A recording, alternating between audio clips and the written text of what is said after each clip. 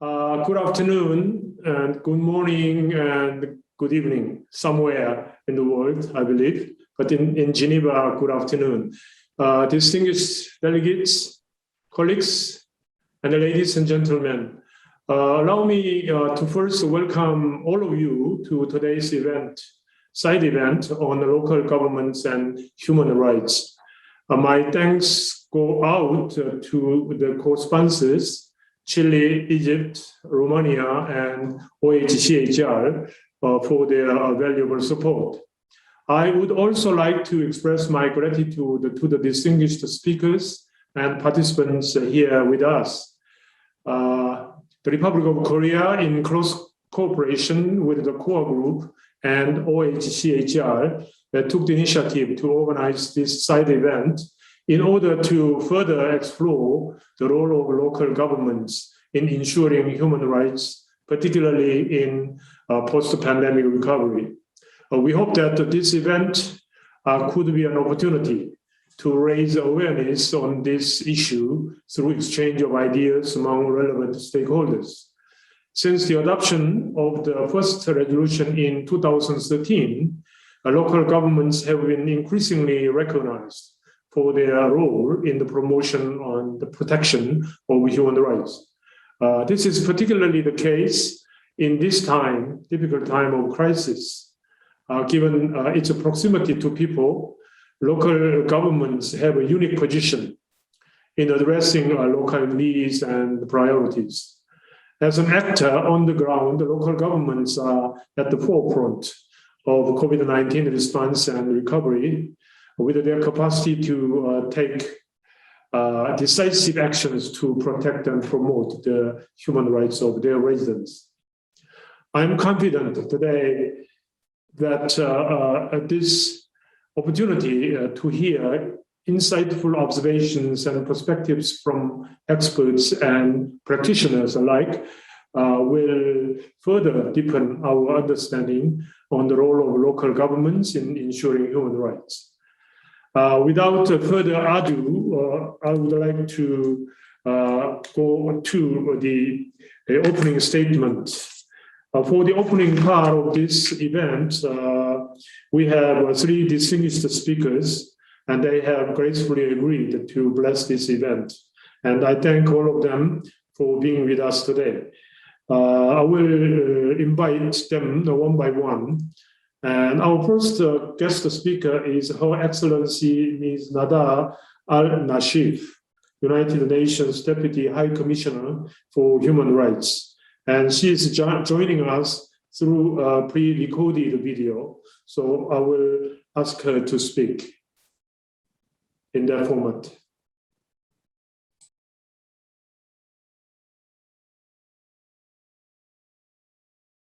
Excellencies, dear colleagues, ladies and gentlemen, the topic of this side event is as relevant as it is timely. 1.5 years after the outbreak of the COVID-19 pandemic, we are still struggling with the effects of this devastating crisis. While the pandemic has worsened existing inequalities, particularly affecting persons and groups in situations of vulnerability, and has had a negative impact on a wide range of human rights, some of the measures taken to combat it have further curtailed these very rights. Individuals and households living on the poverty line are particularly at risk of being pushed back into extreme poverty. Indeed, according to World Bank projections, the COVID-19 pandemic may have pushed up to 124 million people into extreme poverty in 2020, with the total potentially rising to as many as 163 million people by 2021. We have an opportunity working collectively to shape the societies we want post-pandemic at national, regional, and local levels. The Human Rights Council has recognized that while the primary responsibility for the promotion and protection of human rights lies with national governments, local governments have an essential role to play. Acknowledging the need for increased collaboration with local authorities, the Secretary-General announced the creation of an advisory group on local and regional governments in his new report, Our Common Agenda. We have seen local governments operate at the forefront to prevent the spread of COVID-19 and mitigate its impact on communities. For example, in York, in the UK, local authorities and civil society organizations quickly set up a COVID-19 helpline, as well as community hubs, providing support to people in vulnerable situations. Valencia, in Spain, provided access to adequate and affordable housing to groups in situation of vulnerability, including youth, older people, persons with disabilities, and victims of gender-based violence, whose housing conditions has been affected by the pandemic. The city of Rosario in Argentina and the province of Pichincha in Ecuador developed programs for victims of gender-based violence, including the creation of hotlines, detention centers, and protocols to address violence against women and girls, which increased during the pandemic.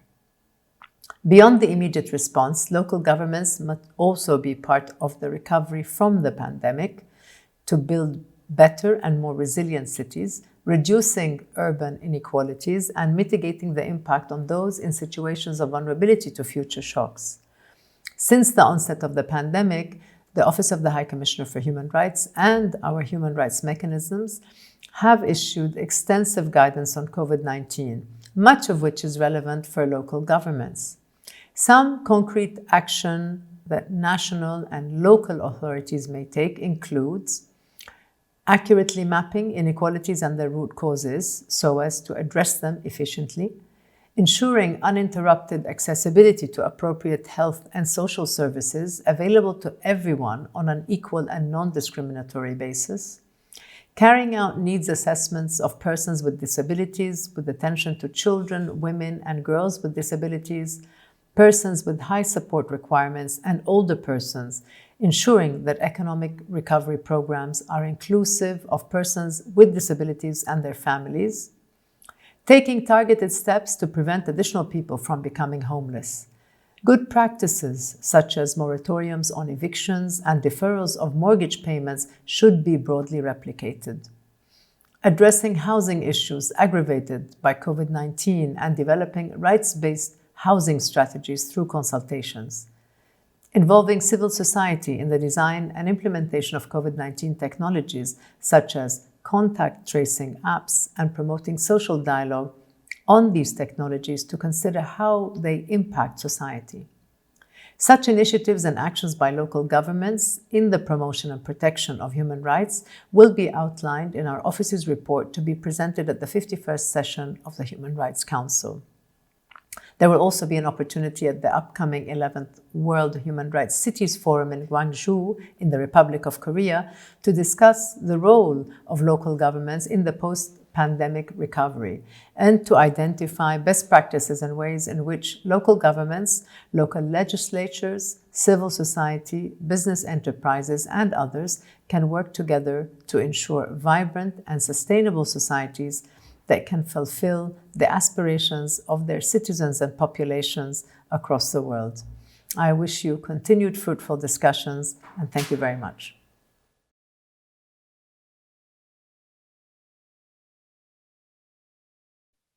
Thank you very much. I really appreciate Madam Nada Al-Nashif's opening remarks for her comprehensive statement.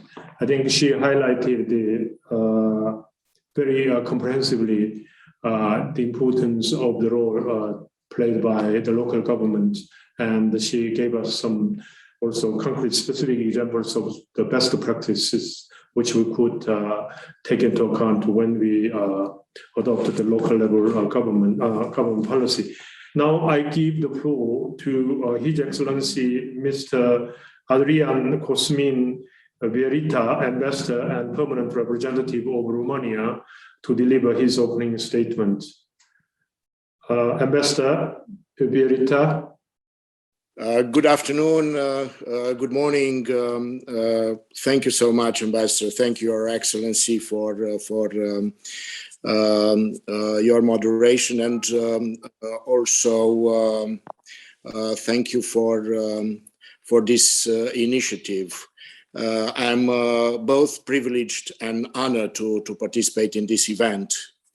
Romania would like to thank Republic of Korea for this initiative, and at the same time is proud to join Chile and Egypt in supporting the discussion on the role of local governments in ensuring human rights in post-pandemic recovery.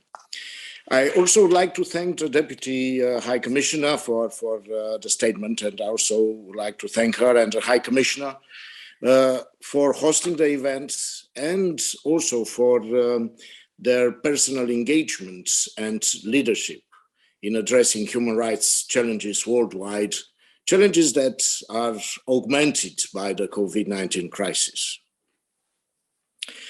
Your Excellencies, ladies and gentlemen, I believe that everybody would agree that local government is accountable to citizens and that they are responsible for public services they offer to the members of their local community.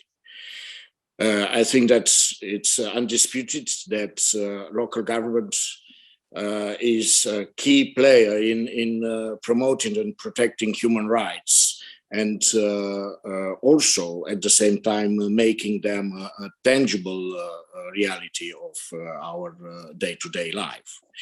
And I'm saying this because inequality and discrimination or housing or healthcare and education, just to mention a few challenges, have big local impacts.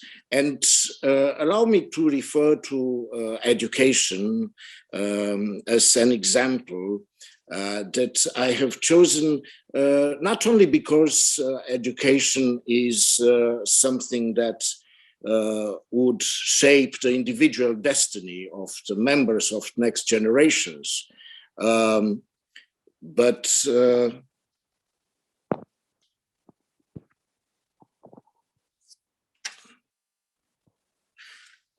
also, I'm sorry for this interruption, but also because education has a multiplier effect.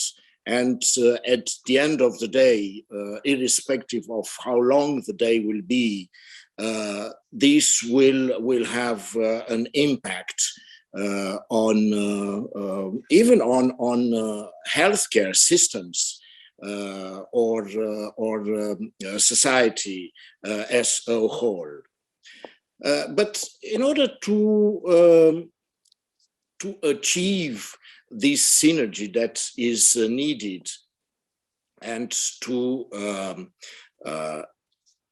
empower and engage both local government and citizens, I think of a few, if you like to call them methods, that may be taken into account, and I know that they are taken into account. I only wanted to emphasize that they may be used to strengthen the collective efforts of ours during these challenging times.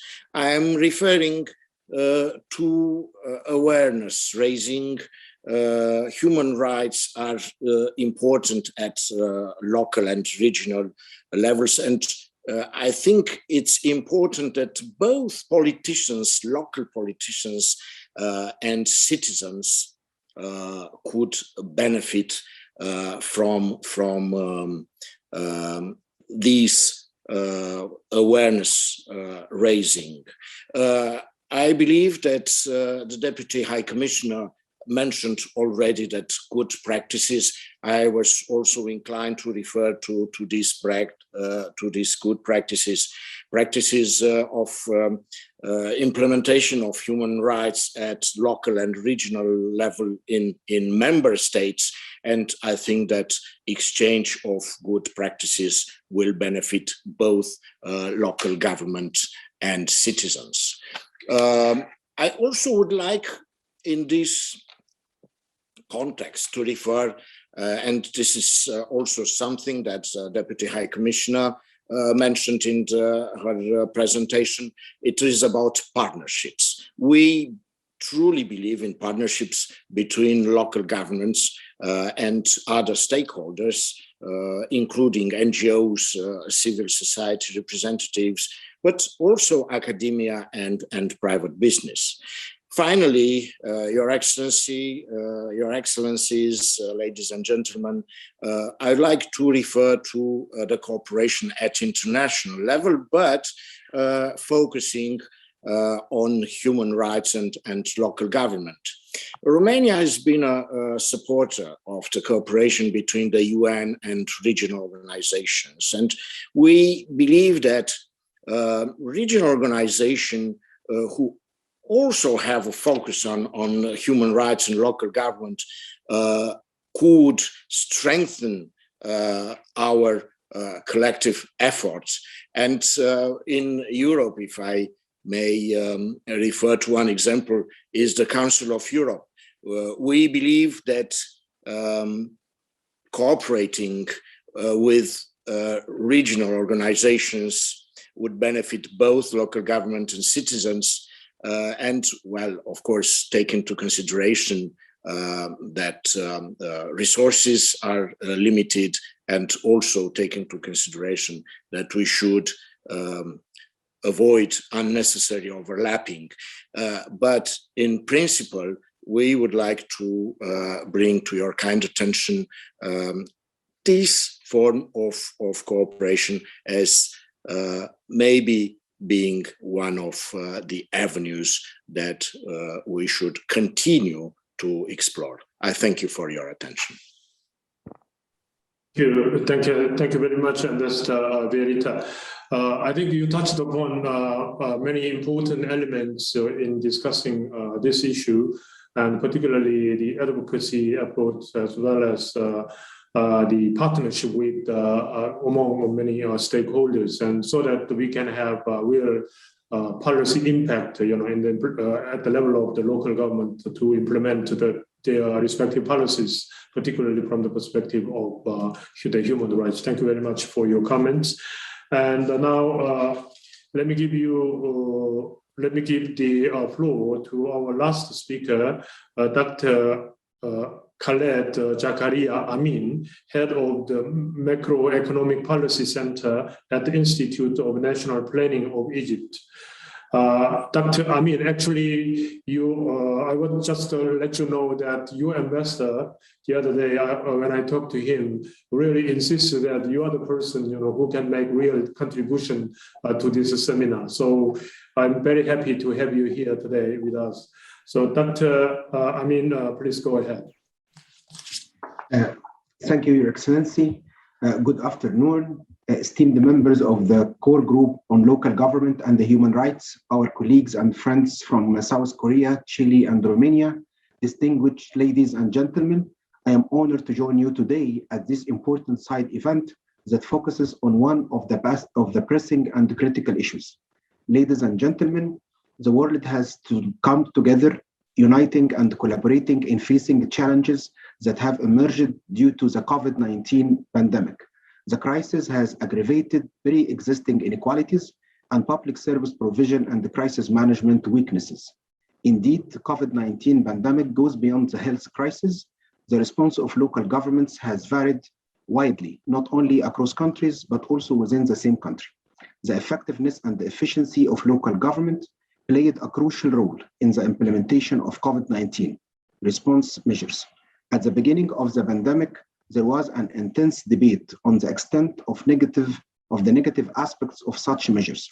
The healthy debate was behind adopting balanced human rights-based policies towards achieving inclusive recovery. Egypt's constitution established solid ground to ensure human rights and to empower local administration. The constitution devolves power from the central government to local authorities. It gives considerable autonomy in decision-making and financial resources mobilization to the local level. Moreover, the constitution determines a specific quota for youth and women in the elected local councils as a practice to boost inclusiveness. It also guarantees a suitable representation of Christians and people with disabilities. Egypt's National Human Rights Strategy 21-26, launched in September 2021, puts the road forward to sustain these constitution mandates. The Egyptian government believes that achieving economic development and handling crises such as COVID-19 would be realized through empowering local authorities. In collaboration with the World Bank, the Egyptian government is implementing the Upper Egypt Local Development Program. In addition to target the poor through basic services, including health and education, this program aims at enhancing local governance and the partnerships with civil society organizations and the business community at the local level. In the same vein, the Egyptian parliament is discussing the draft law of local administration and the government planning. These two laws enhance the foundation of decentralization in Egypt and accelerate its implementation. The responsibilities assigned to the local level were essential to deal with the COVID-19 and its economic and social consequences in a way that respects the different circumstances of local communities. Although the government of Egypt was responsible for putting the rules, standards, and the medical protocols, each governorate was left to decide on the mode and sequence of implementation and enforcement. I trust you agree that community local level checks and balances ensure that both community-based organizations and local governments can be held accountable to their respective constituencies regarding their response to COVID-19. Societal accountability at the local level played an important role in addressing human rights concerns while dealing with this dangerous pandemic. Ladies and gentlemen, in 2014, Egypt embarked on a strong reform program to undertake significant structural, economic, and social reforms to reduce its large fiscal deficit and restore macroeconomic stability. This economic reform program had remarkably contributed to increasing the resilience of Egypt's economy and enabled it to maintain its positive economic growth rate during the COVID-19 crisis. In addition, the program enabled the government to allocate an emergency response package worth 100 billion Egyptian pound, approximately 1.7 of GDP, to enhance preparedness, response, and the governance related to manage COVID-19. Egypt also adopted and implemented various inclusive development interventions. Haya Karima project, Decent Life project in English, is one of these interventions. Decent Life project was launched in 2019 and is being implemented by local authorities in the poorest areas in Egypt. The project aims to improve the living conditions and the quality of life of almost 58 million Egyptians, with a focus on persons in vulnerable situations. It also opens the door for effective public-private partnership and the viable participation of civil society organizations. This project received a specific recognition from the United Nations as one of the best practices to realize SDG. According to United Nations, Decent Life project contributed to mitigating the negative impact of the COVID-19 pandemic. This fact has been also stated in the Egypt Human Development Report 2021 that was issued last month by the United Nations Development Program. Ladies and gentlemen, the Egyptian government worked with immense efforts to promote the localization of SDGs as a catalyst for inclusive development in accordance with the Human Rights Council Resolution number 45/7. The localization efforts, as well as growing ICT applications, helped the country in facing the unprecedented impact of the pandemic. Given the importance of sharing knowledge and experiences among local stakeholders, Egypt Governors Council mechanism served as an interactive and public awareness platform for sharing knowledge and experiences among local actors regarding the pandemic itself, the management of local health organizations, and vaccine distribution methods. Esteemed participants, let us recommit to strengthen participation and knowledge sharing among our nations. It's important to learn from our experiences and share them for shaping better inclusive recovery policies. Thank you very much. Thank you very much, Dr. Amin, for your insightful statement with a particular focus on the real example of the Egyptian policy experience at the level of local governments, and particularly the interactions between the policy responses to the COVID-19 and its impact on human rights. So I really appreciate your insightful statement. Thank you very much. And now I think we go to the main part of our seminar, our side event, that is panel discussion. And when I look at the watch, the clock, we are only 5 minutes late as compared to the original schedule. So it's not that bad yet. But always as a moderator, I have to be mindful about the time available for all of us. So I will try to speed up the process. The main part of the event, will be will be featured by 4 panelists, and the first panelist, Dr. Maha El Rabat, Professor and WHO Director General's Special Envoy on COVID-19 Preparedness and Response. I think she is here. Thank you very much. And we are also joined by Ms. Mona Rishimawi, Chief of the Rule of Law, Equality and Non-Discrimination Branch in OHCHR. Thank you. And Ambassador Yoon Yeol-chul, a good friend of mine, and he is now serving as the diplomatic advisor to the Gwangju Metropolitan City Mayor, and he is speaking from Korea. And last but not least, also I have the pleasure to introduce Ms. Amanda Pleti-Martinez, coordinator of the Committee on Social Inclusion, Participatory Democracy and Human Rights at United Cities and Local Governments, UCLG. And I really would like to welcome all of you to this panel. And your various background and expertise and experiences will help us share insights on the main topic for today's panel discussion, identifying the role of the local governments in protecting and promoting human rights in this particular time of period, and particularly post-COVID-19 recovery phase, which we hope that will come soon. On just one side note, in an effort to make this discussion more interactive, we have opened the online chat to collect some comments and questions.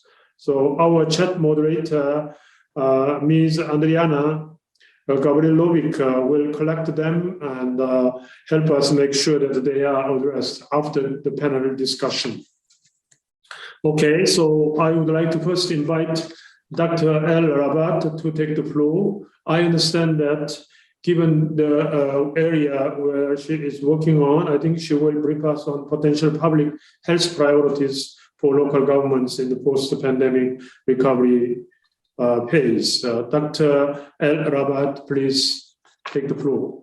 Well, thank you very much, Your Excellency, and Excellencies, distinguished guests, and fellow panelists. So it gives me great honor to be invited as one of WHO's envoys on COVID-19 to participate. So without further introductions, I'll just go directly into the focus of the panel. So by now we are all aware of the human rights dimensions of the COVID-19 pandemic.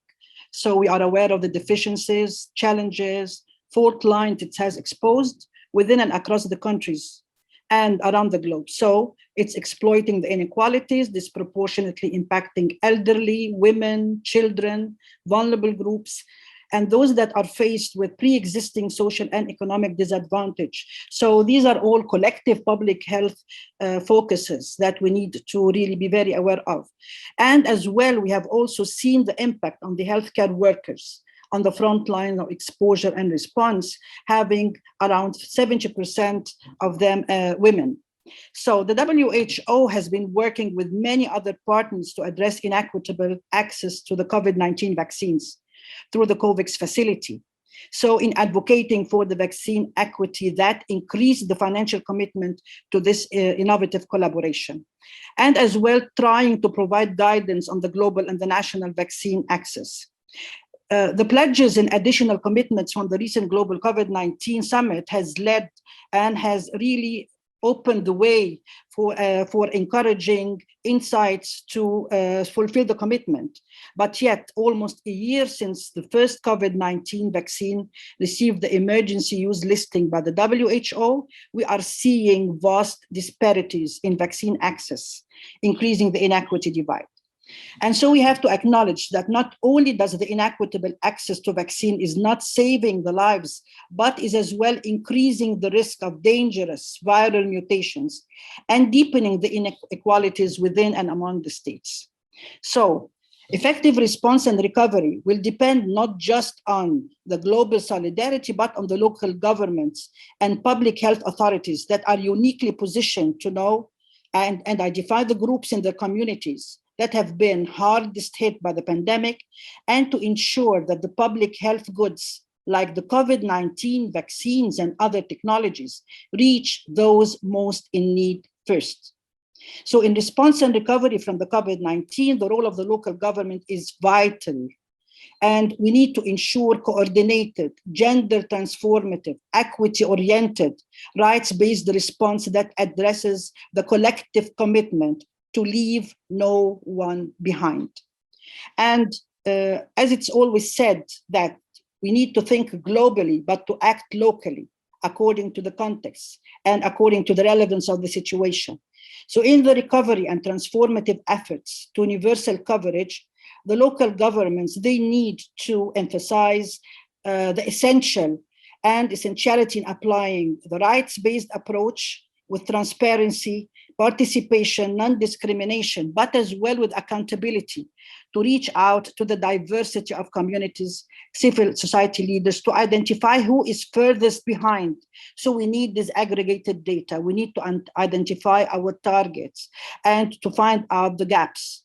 And need for the COVID-19 tools, the vaccines, the innovative technologies, the access to essential health services, but as well, we need the local governments in order to emphasize how to build more resilient and inclusive, equitable systems for health and for other sectors that are really impacting health and the well-being, including the communities and building the resilience of the communities. So this is how we're building back better.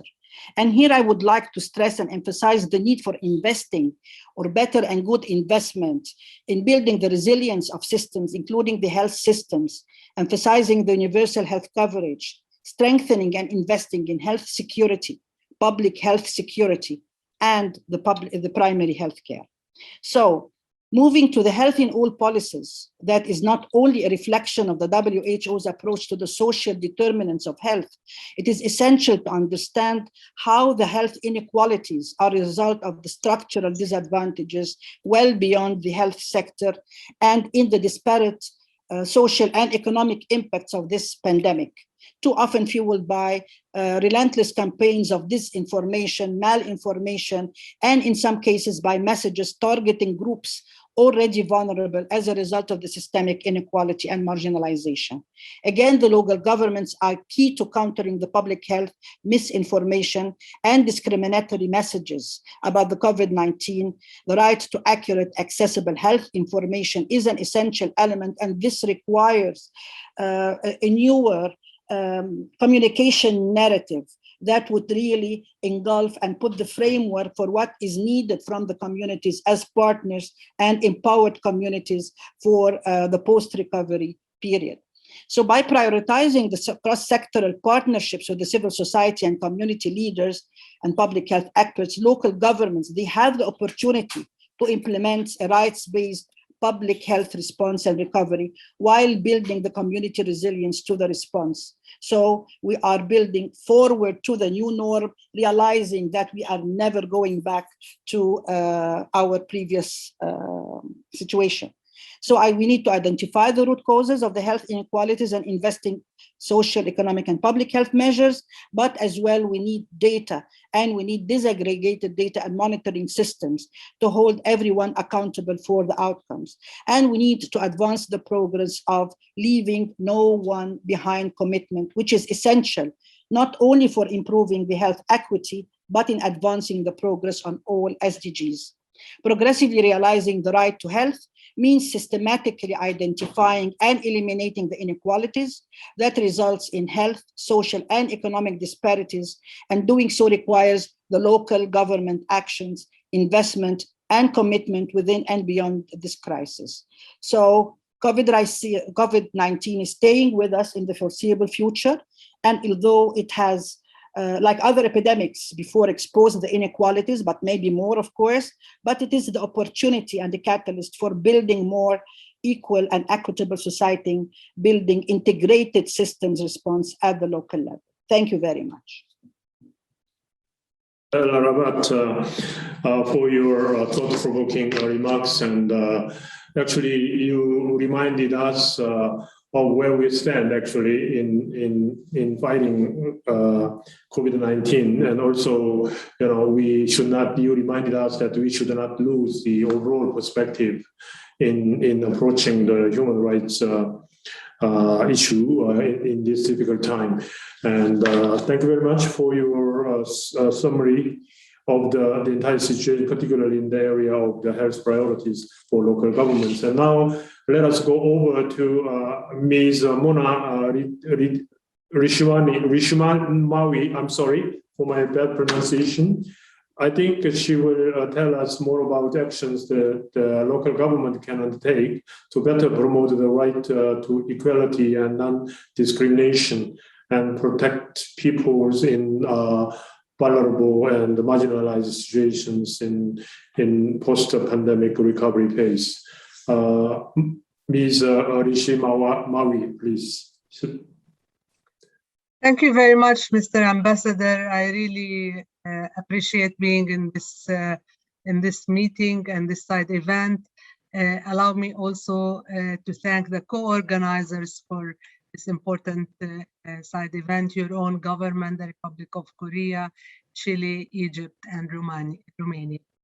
The Deputy High Commissioner already has highlighted and covered a lot of grounds around how local governments have been at the front line of COVID-19, not only in responding to the pandemic, but also in seeking to address its proportionate impact on persons and groups in vulnerable circumstances.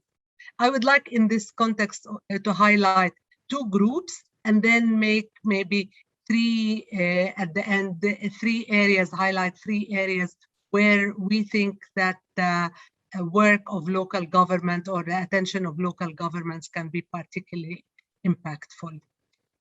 For many women, as the Deputy High Commissioner mentioned, for many women in abusive situations, staying at home, as we were all asked to do, became a daily nightmarish experience. In this context, we were very pleased to see local authorities investing in online care services, creating temporary shelters for victims, and providing psychological support. I'd like to mention two examples, one from the north and one from the south. Madrid, as a city, allocated additional resources to social services for women and children during the pandemic, but also Botswana created local emergency centers and raised awareness and engaged the community in addressing gender-based violence. The other group that I would like to highlight is members of minorities. They often face greater impact of the pandemic, including its economic downturn. In some countries, some local authorities distributed information in Roma language, including through a dedicated website, and allocated financial resources for the provision of medical supplies and equipment to Roma community.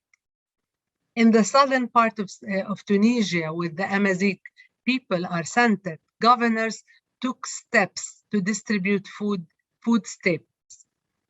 In New York City, when a lot of people of African descent and other minorities, Asian descent, Latinos and other minorities live, a moratorium on eviction was actually undertaken. They banned the eviction during the outbreak, and the City of New York provided free legal help and short long-term support to anyone facing evictions. As you can see, it's very important for the Office of the High Commissioner to document these positive practices. And these positive practices indicate that local government, it's just not a word, it's we feel it, we all feel it in our own communities. They are the first respondents to what is going on in the pandemic. These examples show that how local governments have stepped up in addressing the adverse impact of the pandemic on some vulnerable populations. They also demonstrate how local governments can be successful advocates for the rights and needs of those facing inequality and discrimination. So in addition to the points that raised by the Deputy High Commissioner, I would like to highlight 3 areas where we think that the role of their role is particularly crucial. You will not be surprised if I say that the first point for us is ensuring effective participation of concerned communities in policy-making processes. Already a number of communities have been, or a number of groups have been mentioned, women, racial and ethnic minorities, and of course, older persons. In order to mitigate the adverse impact of COVID measures, those who are mostly affected by the policies that are taken in the context of COVID must be effectively consulted in their design. Their involvement increases the ability to identify gaps and to create and to find practical solutions that help managing the adverse impact of the pandemic. We have pointed and we have documented good examples, good practices in that regard. Let me just mention one. In Guatemala City, the local government convenes meetings with different sectors to seek their views on the development and implementation of public policies. The second issue is fostering equality, diversity, and inclusion. This is an extremely important point for our office. Local authorities often have an accurate understanding not only of the composition of the population, but also of the local socioeconomic realities they live. As local policies are advanced within the framework of national legislation, local authorities are best placed to champion the inclusion of equality and non-discrimination principles in national legal framework, so that no one is left behind. We have documented a number of very good examples in this regard that I will not mention for the third issue that I'd like to highlight is collaborating with human rights actors, and how this is crucial in understanding vulnerabilities. These actors may differ from community to community, and there are varying methods of enhancing the implementation of human rights at the local level. They can be national human rights institutions, they can be local ombudspersons, they can be consumer complaint boards, local human rights organizations, and anti-discrimination agencies. Listening to those who are attuned to the local concerns enable the local authorities to tailor solutions to what will work in particular context. So our hope is that local authorities will also champion and protect human rights defenders that are working in their communities.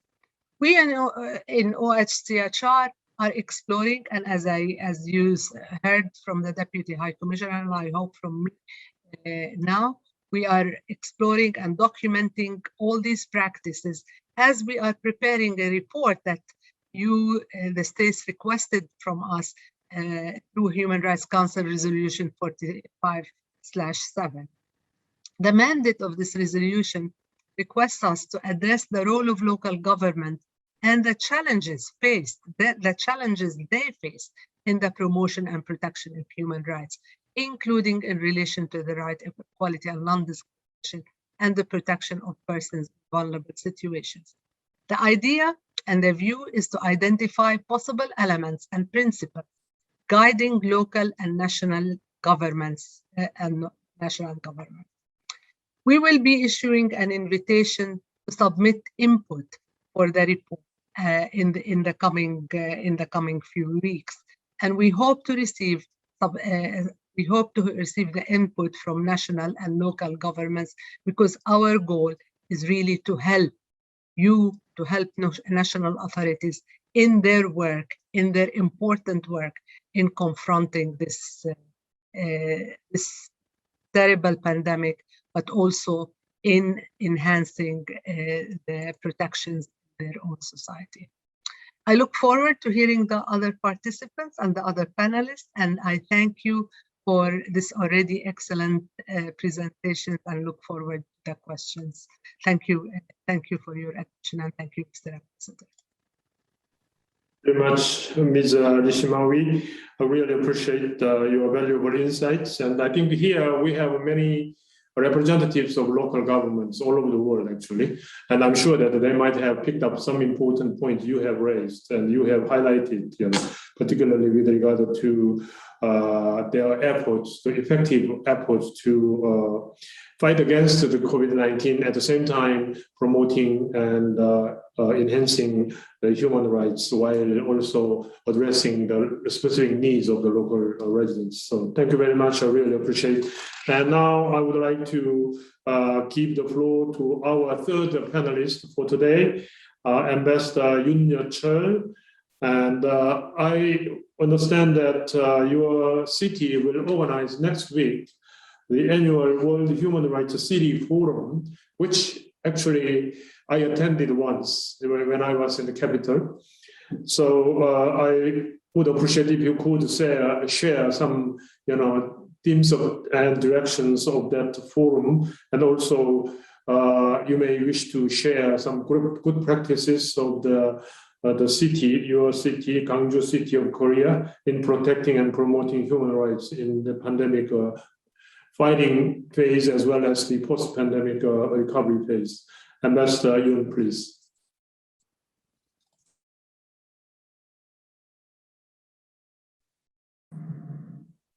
Excuse me, I think your microphone is muted.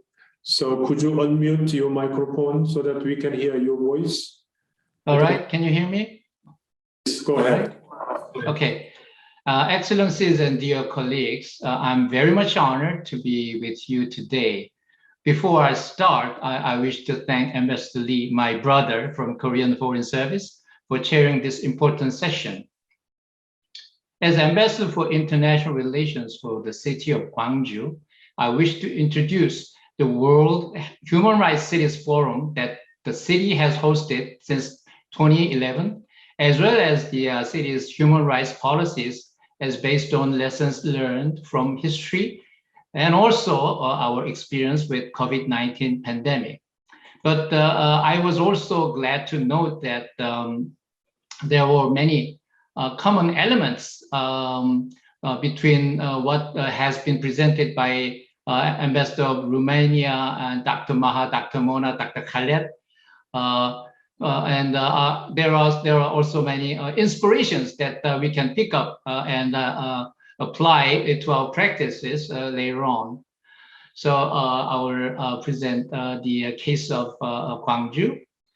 The World Human Rights Cities Forum, held annually in Gwangju, Korea since 2011, is a meeting point for local, regional, and global actors that work in the field and support the human rights cities policies and practices.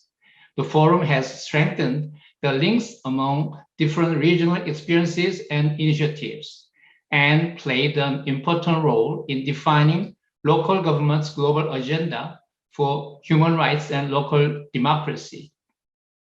This year, as Ambassador Lee pointed out, the Gwangju Metropolitan City is hosting the 11th World Human Rights Cities Forum from October 7th to the 10th, under the theme, Human Rights in Times of Challenge, a New Social Contract. This forum will help us develop a deeper understanding of the current societal challenges facing humanity, such as the pandemic and climate change, and to discuss how cities can build resilient local communities. The forum will be joined by Secretary General Antonio Guterres of the United Nations with his congratulatory remarks, as well as keynote speeches by the forum's co-hosts, UN High Commissioner for Human Rights, Madame Michelle Bachelet, and Assistant Director General of UNESCO, Ms. Gabriela Ramos. The 2021 World Human Rights Forum has 53 sessions, including official events, plenary sessions, and thematic sessions partnered with 54 Korean and international organizations. Plenary sessions will share the experiences of various local governments as they implement human rights policies amid the current crisis and formulate recommendations. Thematic sessions will discuss issues in 8 areas, including disability, the elderly, and refugees, and create frameworks for recommended projects.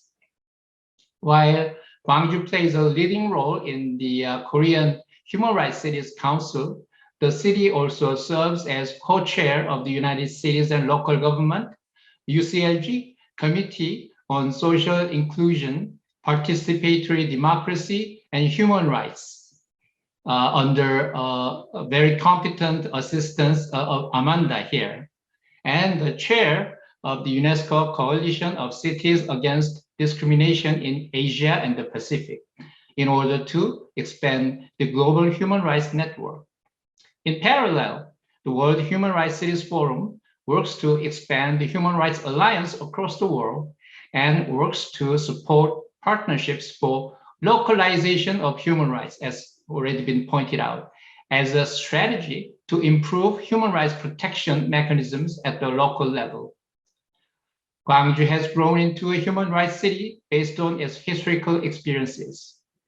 During the May 18th democratization movement of 1980, citizens of Gwangju stood up to protect their basic rights to life, freedom, happiness, and democracy.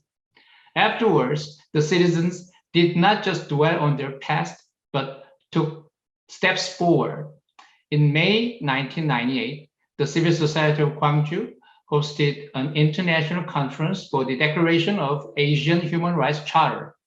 In 2011, the Human Rights Documentary Heritage Archives for the May 18th Democratic Uprising was inscribed on UNESCO's Memory of the World Registry.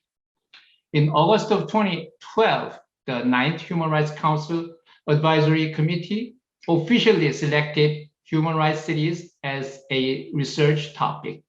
In September of the following year, the resolution on local governments and human rights was adopted by the Council. The resolution reflected the conceptual framework and guiding principles of human rights cities set out by the World Human Rights Cities Forum in 2014. The final report adopted in the resolution highly appreciated the role and function of the forum.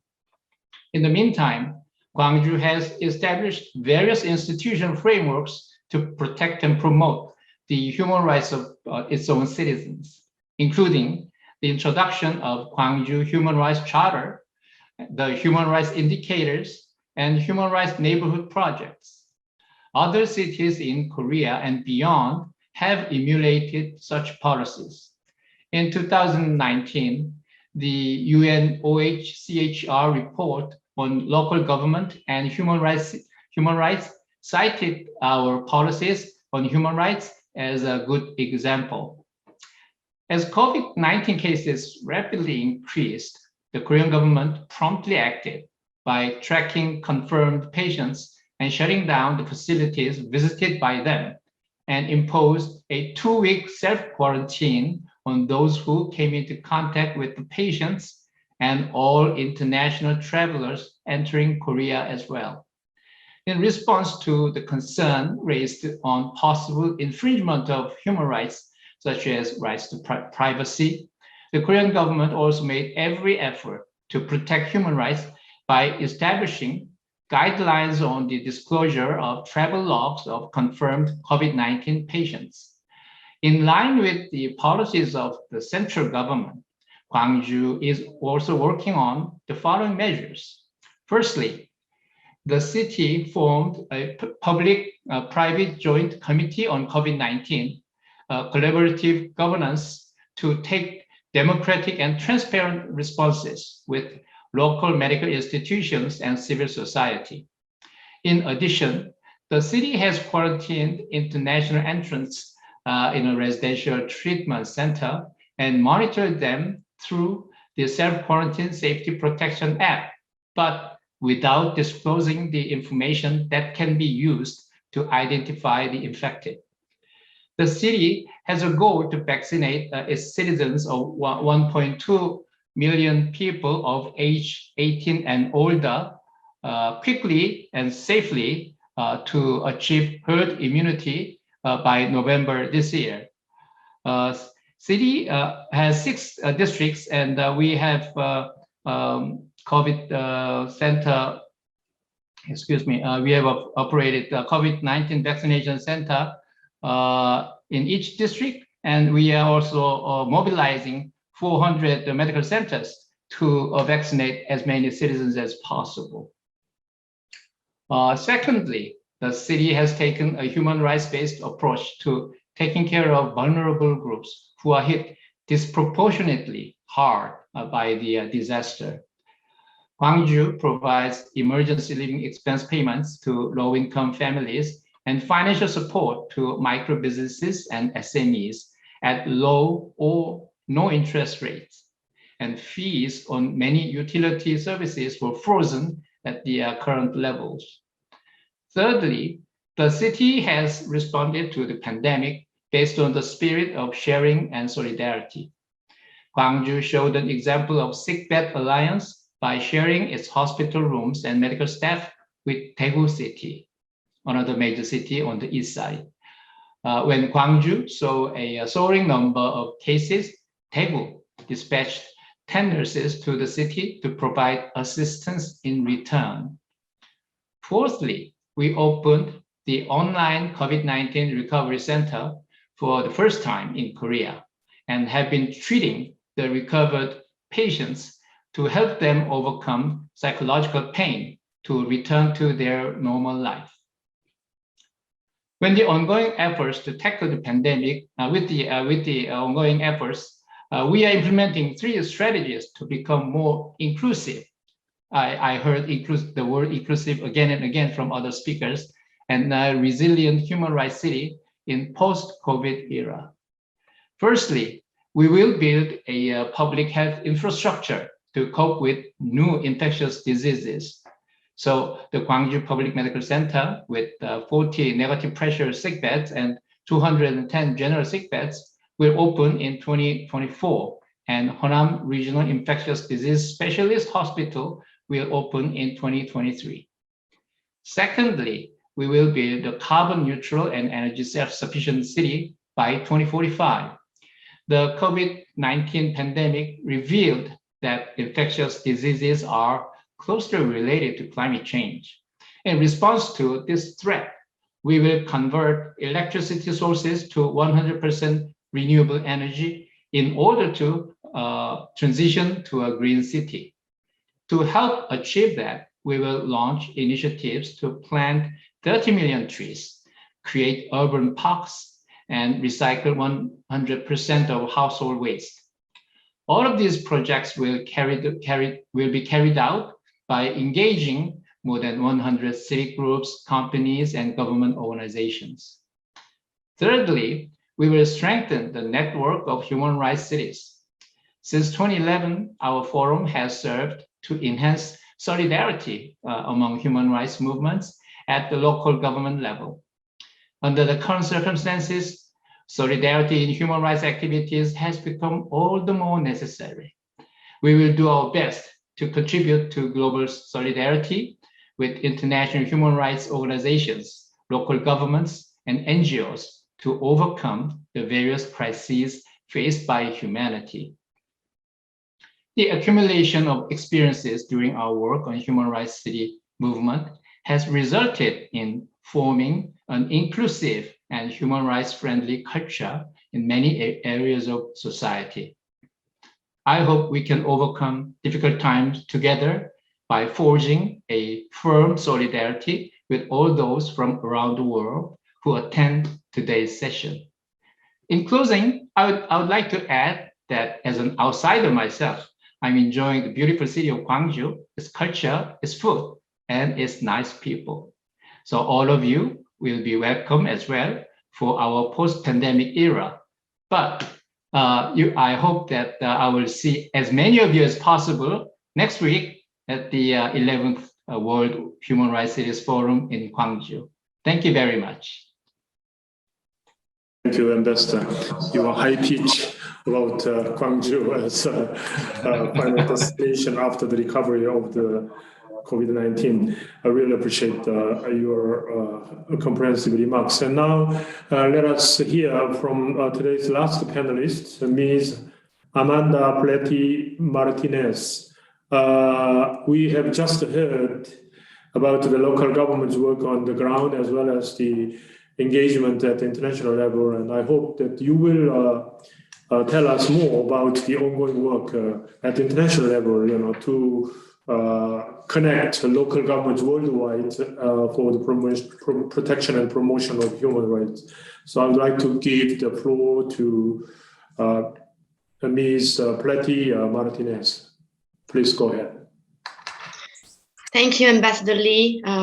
Dear Excellencies, distinguished ladies and gentlemen, it's a pleasure to be there with you today and to be part of this session. I don't know if I am able to share screen because I have like a quick PowerPoint, 3 slides. Would it be possible to share screen? Thank you. Maybe I would like, first of all, to sincerely thank you this invitation, but above all the work and the process around local governments and human rights provided by the Embassy of Korea, of Chile, Egypt, and Romania. This is a meaningful work for us from UCLG. So UCLG is the United Cities and Local Government, is the widest local government network across the world. We gather more than 250,000 cities and territories from all the different regions. And I coordinate the Committee on Social Inclusion, Participatory Democracy and Human Rights, which is a special space where local government committed to human rights and to the right to city are gathering to exchange experiences. And I would like maybe to start highlighting the importance of the work around this resolution for us. UCLG and the Committee on Social Inclusion has been very involved since the beginning of this resolution. Because it means three key points for us. One, of course, because it's acknowledging the role of local and regional government promoting and defending human rights, but also highlighting the responsibility and the accountability of the closest level of local government to the people. And that's a very important input for us. Secondly, because this resolution help to recognize those allergies who are committed with human rights at the local level, who are engaged with human rights principles, who are implementing human rights-based approach in their local policies. And this is the support that we need because today this kind of engagement still remains from very individual commitment and initiative of local leaders. And third, because beyond bringing recognition to this initiative led by cities like Gwangju, like Vienna, like Montreal, like Mexico, it's also a way to build this idea of the international movement of human rights cities. It helps to bring together all these different actions that we are seeing and all that these different experiencing, creating dialogue between what is happening with local government in Asia, in Africa, in Europe, in the Americas. And that is possible if we are having this dialogue with the OHCHR, with the UN agencies on the role of local government and human rights. I prepared a presentation, but maybe I would just change a little bit what I wanted to share with you because I was hearing the other speakers. I think it's very important to highlight that we are in a moment where all the human rights discussion are at the heart of the discussion in our constituency of UCLG, at the heart of the discussion of local and regional governments. First of all, because human rights issues have been growing with the pandemic. We are seeing a rising of inequalities, of poverty, but also of urban violence, of xenophobia, of hunger, of all the difficulties with local economy, and that's very concrete human rights challenges that are happening at the local level. Secondly, because most of the time, these challenges are opening new areas of intervention for local governments. Then a lot of local governments are not used to have local policies dealing with food or with health. And that's important to understand that this is also new approaches that are being opened with this pandemic, new responsibilities of local government, new competencies, and new responsibilities on the way to provide responses. The good news is that beside being at the out of the discussion, we have seen a lot of action. And that was mentioned by the DHC on her opening speech and also mentioned by the other speakers during the session. We have seen a lot of local initiative led by local and regional government to respond to these challenges, to the human rights challenges. Maybe I would like here to share with you 3 thoughts more than exploring concrete policies. First is this idea on how we can ensure that these short-term and emergency responses can be transformed in more mid and long-term responses. How what we have been seeing at the local level can be transformed to be more instrumental policies at the heart of the local agendas. The second point is also maybe to highlight that beyond the emergency responses that we have been seeing, it's also important to showcase that choices made by local government can make the difference.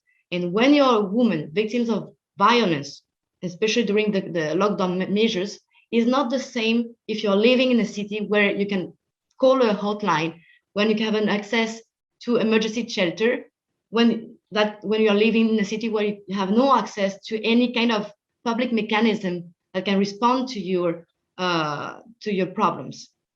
And that's something also we've been trying to bring as listeners from the pandemic, is that local choices made by local governments can make the difference in the everyday life of their citizens. And local governments who are engaging with human rights policies, have been more able in some way to respond to these consequences that we have been seeing during the pandemic and after the pandemic. That's, I think, one of the key lessons that we've been hearing from our constituency in all the UCLG debates along this year.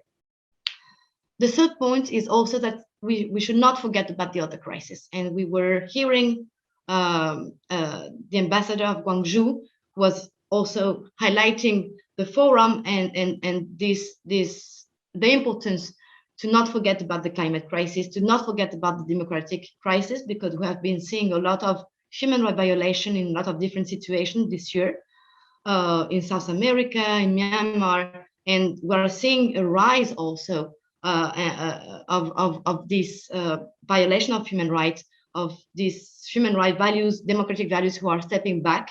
And this should be connected on to all the debate on how maybe not to build back better only, but also on how to build forward better. No, because what we are trying to look here is to make the shift, bring transformation to the local agendas through the human rights-based approach.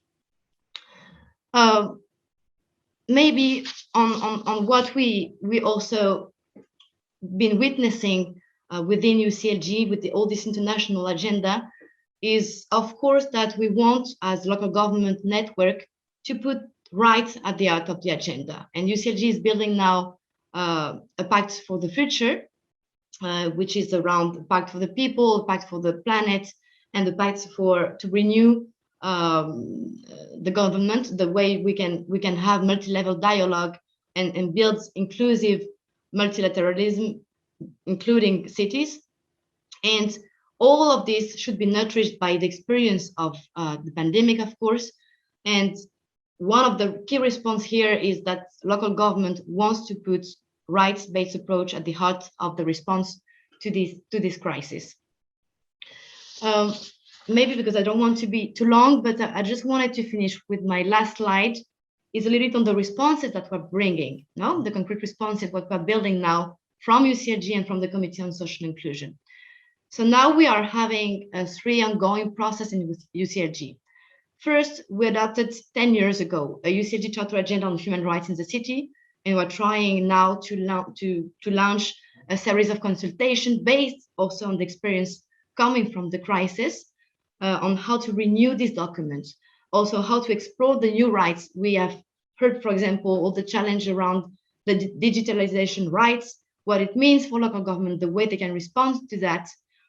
So what is the new generation of rights we want to promote based on local realities and responses?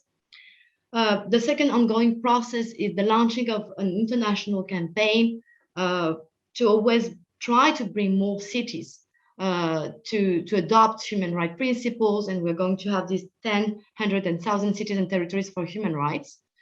And third, we're also launching a learning platform for local government, exploring concrete policies led by local governments in the framework of human rights, and promoting responses to the right to housing, to tackle discrimination, to include migrants, how to build inclusive citizenship, how to include better women's rights, or how to fight violence against women, and really try to link all these different challenges through the umbrella of the human rights from a local perspective. And then we are also having 2 very important milestones for us. One is, we are going to have an agreement between DOHR and UCLG to advance this international movement of human rights cities, and also the way their vision on how to respond to the aftermath of the crisis and the pandemic. And then support, of course, all the initiative led by local government from our network to promote international dialogue, regional dialogue, and also national dialogue. So here we have been supporting for example, all the discussion in Europe now with the European cities who are trying to promote this framework of commitment of human rights cities with the Fundamental Rights Agency of Europe. Of course, there is, as we heard before, the Forum of Gwangju, which is the main space at the international level to discuss between human rights cities on the concrete challenges and how to respond to it. We have been also supporting movement of human rights cities in Ecuador, in Chile, in Indonesia, and we hope to be following a little bit this path. And to conclude, we hope through all these experiences that we try to gather through the Committee on Social Inclusion and through UCLG to bring this shift of narrative, as I was expressing. We hope these experiences that we are hearing from all the different regions can be instrumental also to build the next step of what we are looking for, is to build standards, shared standards of how to become a human rights city. And we hope that will be a meaningful response also to face the ongoing crisis, but also the future crisis that could happen. Thank you very much, and that's it for me. Thank you. Thank you very much for your presentation. And as you see now, we are, it is 4:16. Actually, original planning was to bring all this discussion to an end by 4:15. So we have already been late for 1 or 2 minutes, but still, I have a couple of questions, received from the audiences, and given the time available, I will try to put them very short. And on top of that, we have also 2 people who is this participating this seminar from abroad, at the local level. So also it would be pity, if I don't give the floor to them. Let me give you the floor to you, Mr. Hans Seckers and Ms. Fabiana Goyeneche to speak. Maybe 2 minutes, perhaps, to be able to finish our work as early as possible. And then I will pose one question coming from the floor or coming from the audiences. Then I will give the opportunity to respond, from the side of our panelists. Ms. Fabiana Goyeneche, you have the floor for 2 minutes, please. I'm sorry for that. Thank you very much. I know we have a little time, so I'm going to try to be really quick. I'm really thankful for being here because it's really important for us to share the city's perspective on human rights and what we have been doing and what we are working on to respond to COVID-19. So what I wanted to tell you today is that we think that the pandemic exposed and exacerbated all the issues about human rights. They are creating great challenges in terms of human rights and social inclusion that affected millions of people throughout the world. But it was the local governments who were at the forefront, making citizen demands visible, warning of the worsening of inequalities, giving immediate responses, developing great cooperation actions and alliances between cities. Montevideo, a city committed to human rights, understands that local governments are key to ensuring the rights of the most vulnerable population, generating public policies that include access to care, food, housing, health, as well as promoting the right to equality and non-discrimination. The basic support plan for citizenship was born in a social and economic context of acute impoverishment, loss of jobs, and decline of the real salary of the public and private workers. In this way, Montevideo government is executing a set of measures to face the negative impacts of this situation. This is our plan, our ABC plan, which means Basic Support Plan for Citizenship. This has different strategies. One is about food providing. We are providing food support, nutritional guidance, and infrastructure conditioning for the preparation and distribution of healthy food, supporting the information of agroecological community gardens too. About equality, we have actions against gender violence that were carried out together with the promotion of the economic autonomy of women. Actions such as a service 365 days a year, comprehensive legal sponsorship, strengthen the Comuna Mujer project, or planning of projects such as the BPR caring communities in conjunction with other cities in Latin America. Those are some of the measures that are adopted by Montevideo. Also, we have work measures that were adopted to alleviate the critical unemployment problem currently experienced in Montevideo. We created 2,000 temporary jobs in the public sector, and we have a special quota for African descendant people, for women, for trans people, that we think it's very important to protect them specially and about their human rights. We have the health emergency and socioeconomic situation that we are experiencing have direct consequences on the overall health of the population. However, although it has had a significant impact on all people, it has even more so on the child population, adolescents, women, the elderly, and other highly vulnerable populations. So we created a medicine fund, territorial strategy for attention to situations of gender-based violence, maltreatment, and child sexual abuse, and extension of the hours of attention in the polyclinics that we have in all the territory of the city. Also, and finally, through the component of territory, the aim is to improve the quality of life of the people who live in those settlements on the outskirts of Montevideo. through the carrying out of roadworks that improve the traffic conditions of the streets and passages that are in a state of deterioration and flooding, according to the priority established in conjunction with the citizens, because we think that participation has a key role in protecting human rights in cities. So in order to finish, as a leading city in the defense of the human rights at the international level, Montevideo has also generated synergies with other cities in the region. That's why we think being here with UCLG is so important, because we are building innovative solutions to mitigate the effects of the pandemic. Networks such as UCLG, the Latin American and Caribbean Coalition of Cities Against Racism, Discrimination and Xenophobia, Mercociudades, have been dissemination platforms for these actions, also contributing to sensitize Latin American public opinion on the values of solidarity and respect for human rights and to social and cultural differences. Thank you very much for giving us the floor. Thank you. We are really pressed with the time. Mr. Hans Sackers from Utrecht, the Netherlands, and could you please be kind enough to make your statement very succinct within 2 minutes time? Thank you very much.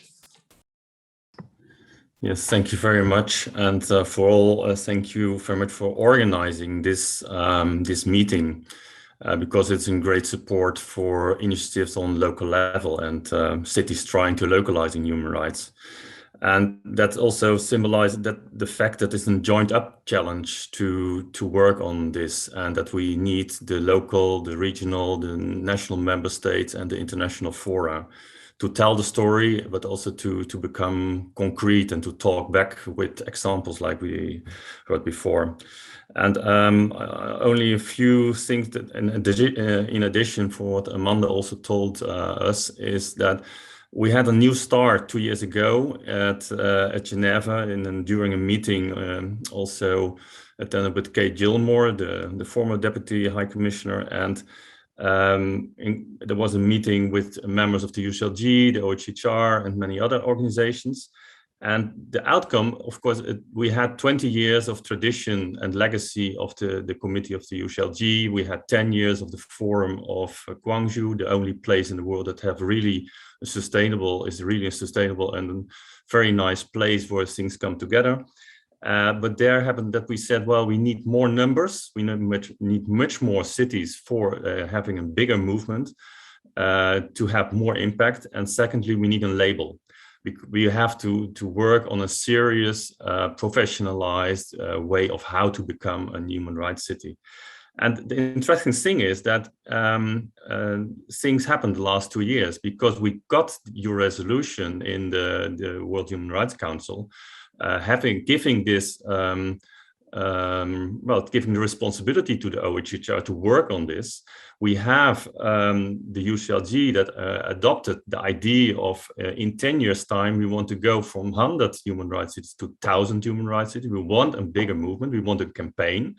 And certainly, at least at the European level, but you also see some examples on the Gwangju Forum coming up next week, that we work on a standard of, the Fundamental Rights Agency in Europe will come up, or launching next week, the first European framework for human rights city, including the standard for how to make an assessment, how to do a kind of peer-to-peer review. So I think we made huge steps in making this a real movement, but it's so important that it's not only on the local level that we work on this professionally, but that you on the international and the national level tell the story. This is important. This is how we work together. That's also the answer on the question on implementation. Well, implementation is not the right word. What that suggests that there is an international strategy that should be implemented on the local level, but there is the better word is translation, that we work on creative local solutions and talking back to what is happening in the world. So this intermediate, more intermediate, is giving agency on local level. And so I would suggest let's stop talking about implementation and start to talk about translation. Thank you very much. Thank you very much. And I was told that Ambassador Amin Khan of the International Human Rights Commission wanted to speak, but because of the time limit, I'm sorry, I cannot give the floor to him. But instead, I would like to announce on his behalf that this International Human Rights Commission is organizing the World Summit on Human Rights 2021 on the 10th December 2021. And so he wants to invite all the audiences to participate in this conference in person and virtually. And so with that announcement, please forgive me not being able to give you the floor.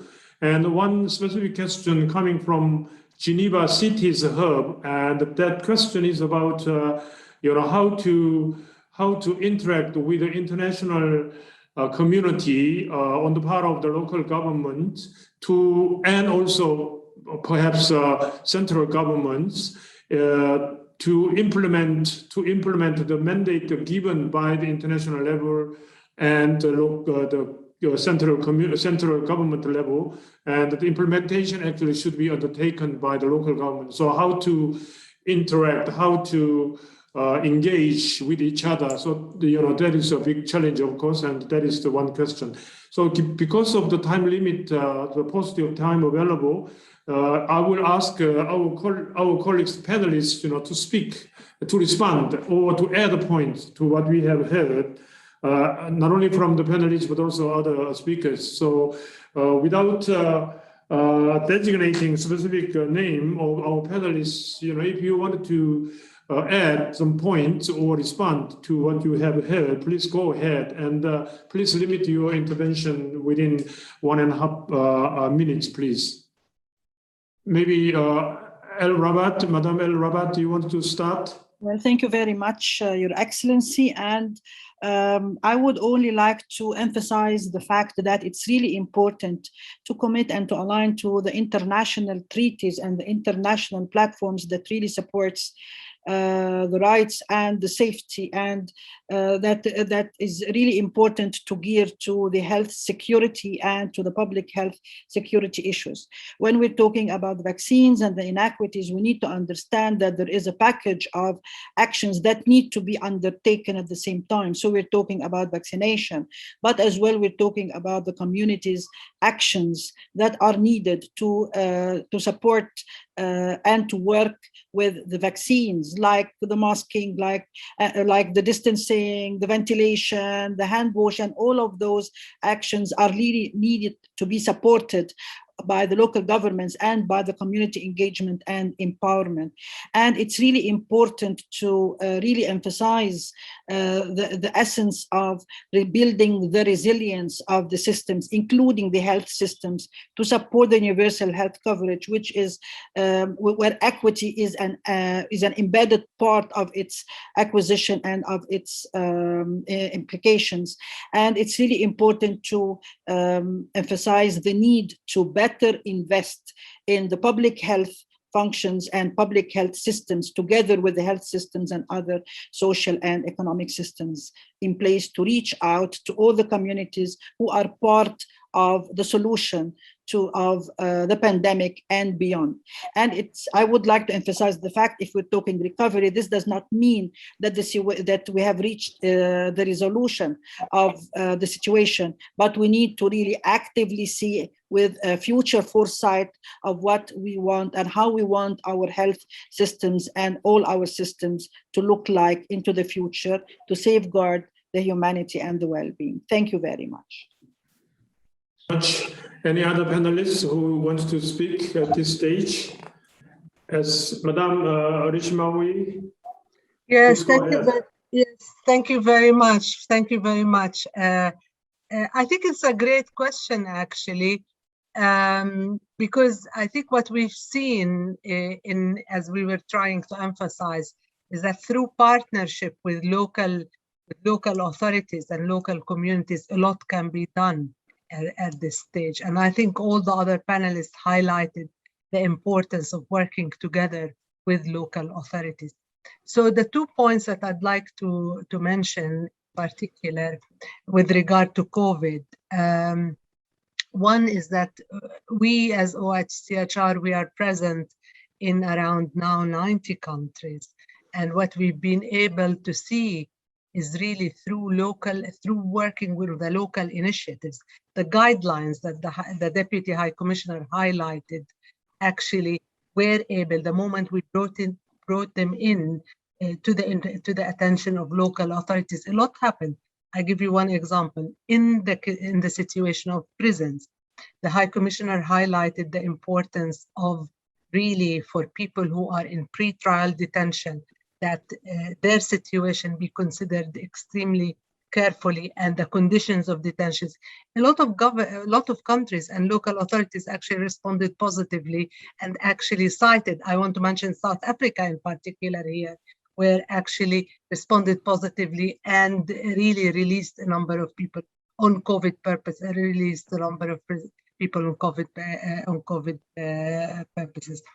I think for us at OHCHR, we are hosted often by local authorities, and we are hosted not only in capitals and not only in big cities, but often with little community, with small communities in different regions and different countries. And I think that partnership and working together with the partnership with the local community becomes extremely important. The point that I found extremely interesting now, and I would like perhaps a separate conversation on is the work that was mentioned by Fra. I think the colleague from Utrecht who just mentioned the work that the Fra is doing on standards and principles, and also in terms of assessment of how we actually speak about human rights cities, and in a practical way. What do we call a human rights city? How do we actually achieve that? And how do we make this assessment? I think this is important, and I'd like to hear more about that, maybe bilaterally in a different context. But thank you so much. I learned a lot from this conversation, and I'm really, really grateful for the co-organizers that you pulled all this group of people together. Thank you. Thank you. Now I give the floor, the final, I think, intervention to Mr. Khaled Amin. Yes, please go ahead, and let's try to make it shorter. Please go ahead. And then just one or two words from Ambassador Yoon. Okay, thank you very much, Your Excellency. I have, one issue to highlight based on my review to international experiences related to dealing with COVID-19. This issue is when the pandemic started, many countries announced the state of emergency. And actually, according to laws and the constitution, raising the state of emergency automatically suspend the authorities of the local administration and local authorities. And this is actually, I think it's one contradictory issue, and we need to report it and to deal with it. I think in the case or in the state of emergency, I think there should be a kind of specific arrangements that keep the authorities of local administration to deal with this catastrophic events, rather than just suspend the authorities by the law.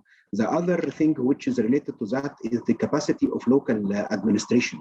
This is very important issue because most of the training and the capacity building happened over the last decade, maybe focused on the day-to-day operation of and the municipal services of local administration, rather than focusing on crisis management and the resilience, given the fact that this should be the responsibility of central government rather than local government. I think we need to go vice versa, given the COVID-19 pandemic. The last thing, I heard from my colleague in this discussion, Ms. Mona, the need to document actually the policies, and I think this is very important. And here I want to share with you, there is the Egyptian government created two policy and measures trackers. One tracker for social and economic policies taken, and the other one was just for women.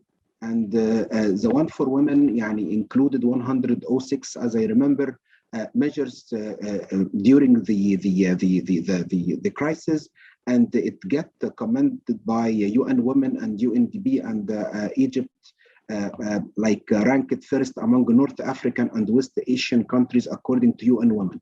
So I just want to refer to this, and maybe we need to have a kind of regional or global policy or measures tracker to document these important actions. Thank you very much.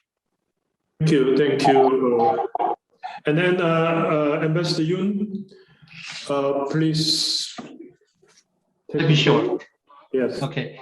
I just wanted to pick up on the nice comment by Hans and the presentation by Amanda on the importance of connection between local governments, because the concept of human rights and all these values, in a way, can be regarded as abstract ones, but the local governments are the ones who face their citizens and people on the front line, and they can turn these concepts into practical their policies. So they're the ones who can operationalize all these concepts. And what's good about our discussion and debate among all these cities, and I want to praise the point raised by Hans that we need more cities to join this forum, is that we can compare our notes, and then we can our actual application on the ground doesn't have to be the same, but you can tailor it according to your own circumstances, but you can also feel that there are universal values that you need to keep in mind. And then I think that's the beauty of our debates in the line of UCLG or other groupings of local governments. So I think today's session was very, very constructive, and it gave a lot of inspiration for Gwangju as well. Thank you very much.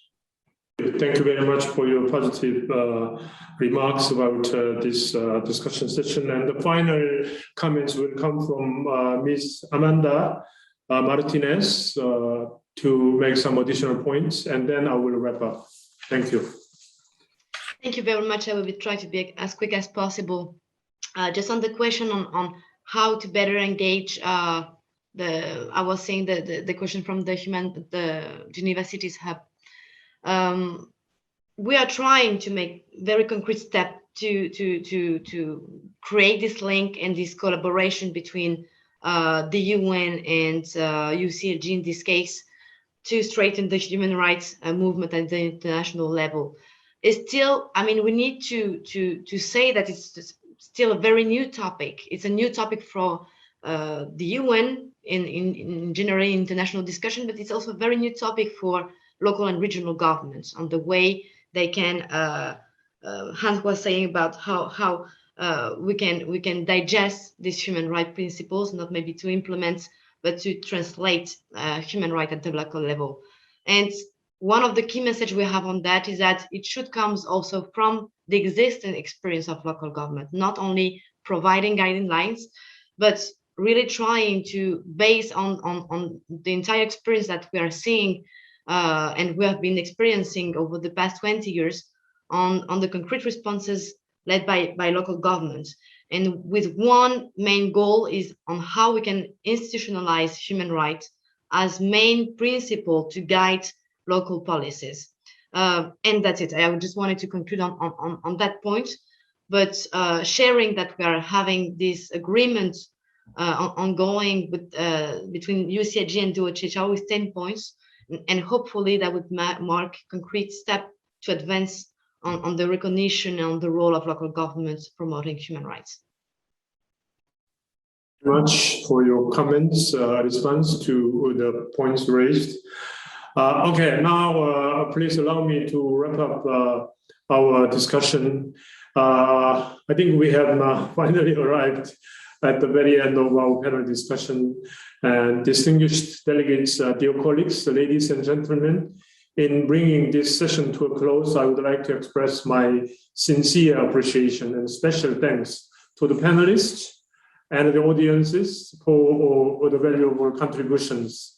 International human rights commitments would bear fruit only when they are actually realized on the ground.